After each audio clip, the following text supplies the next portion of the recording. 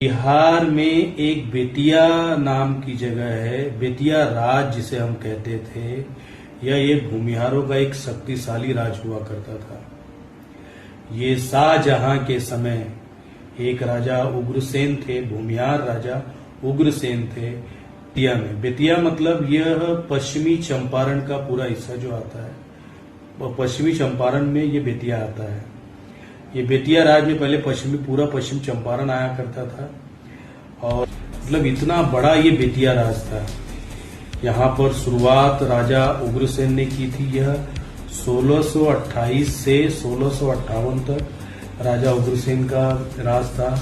इसके बाद इनके लड़के आए जिनका नाम था गज सिंह। गज सिंह 59 से लेकर के 1694 तक गज सिंह रहे। गज सिंह के हुए 3 पुत्र, जिसमें उन्होंने तीनों का बंटवारा हुआ। मतलब बेतिया राज इतना बड़ा था कि बंटवारा होने के बाद भी सबसे बड़ी बिहार की सबसे बड़ी दूसरी जमींदारी यही थी। यह एक देसी रियासत था जो कि आजादी के बाद इसका भारत सरकार में विलय हो गया। तो ये बहुत बड़ा एक देसी रियासत था और अपने में बहुत ही शक्तिशाली था। हाँ, तो मैं क्या बोल रहा था कि पहले राजा हुए उग्रसेन के बाद उनके पुत्र हुए सिंह। गज सिंह के 3 पुत्र हुए। गज सिंह के 3 पुत्र हुए, जिसमें सबसे बड़े लड़के का नाम था दिलीप सिंह।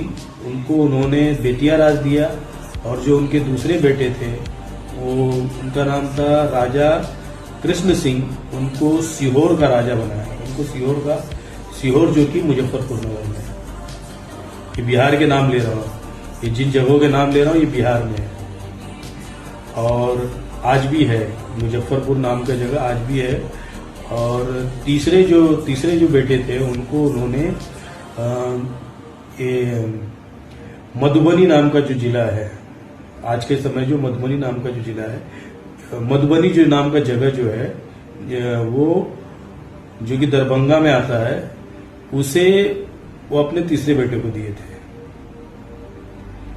और इसके बाद से 1694 तक ये दिलीप सिंह थे। नहीं, दिलीप सिंह नहीं थे।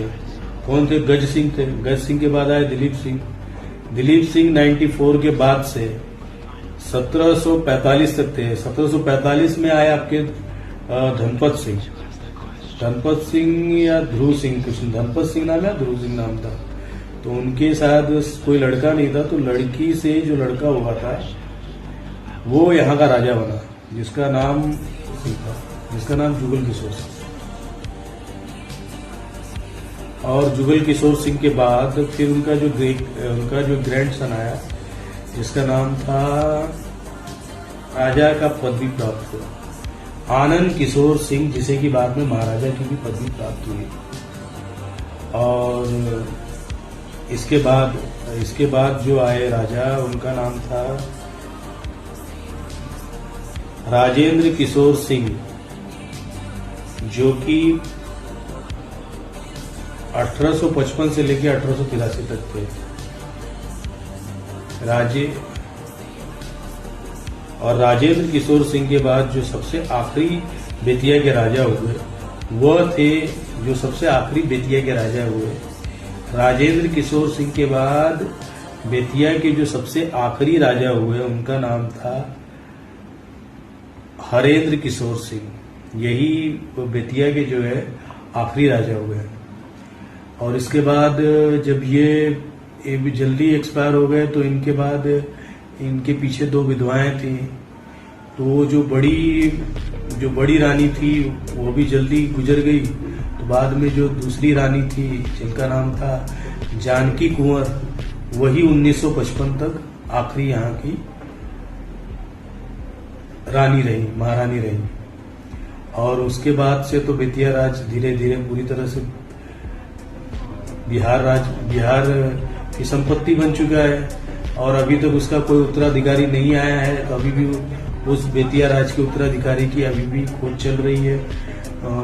कोर्ट में केस चल रहे हैं और उसको कोर्ट के केस को मैं अभी तक कोई साबित नहीं कर पाया है कि वो उसका संबंध बेतिया राज से है या नहीं है। कई लोग बेतिया राज के लिए लड़ाई लड़ रहे हैं और लेकिन अभी तक उसका कोई उत्तराधिकारी अभी तक मिल नहीं पाया है। तो ये बिहार का एक और भूमिहार राज का सबसे शक्तिशाली राज है बेतिया राज।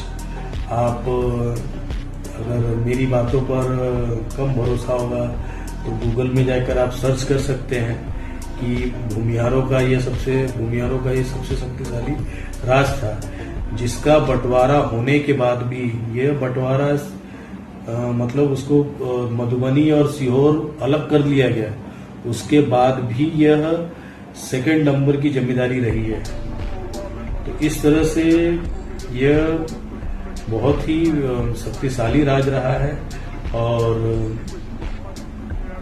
इनके जो बनाए हुए महल हैं आज भी दर्शनीय है, लोग जाकर के देख सकते हैं। मेरा यही मकसद था कि मैं जो लोग भूमिहार शब्द के बारे में या भूमिहार राज के बारे में कम जानते हैं उनको इस चीज की मैं जानकारी देते रहूं। जो लोग गांव की तरफ हैं या बिहार की तरफ हैं उन लोगों को वो बहुत ज़्यादा जानकारी होती है, लेकिन जो हम लोग हैं मुंबई की तरफ हैं या दिल्ली की तरफ हैं या जिनका संबंध बहुत कम गांव आने जाने से रहता है तो उन लोगों को बहुत कम जानकारियां रहती हैं।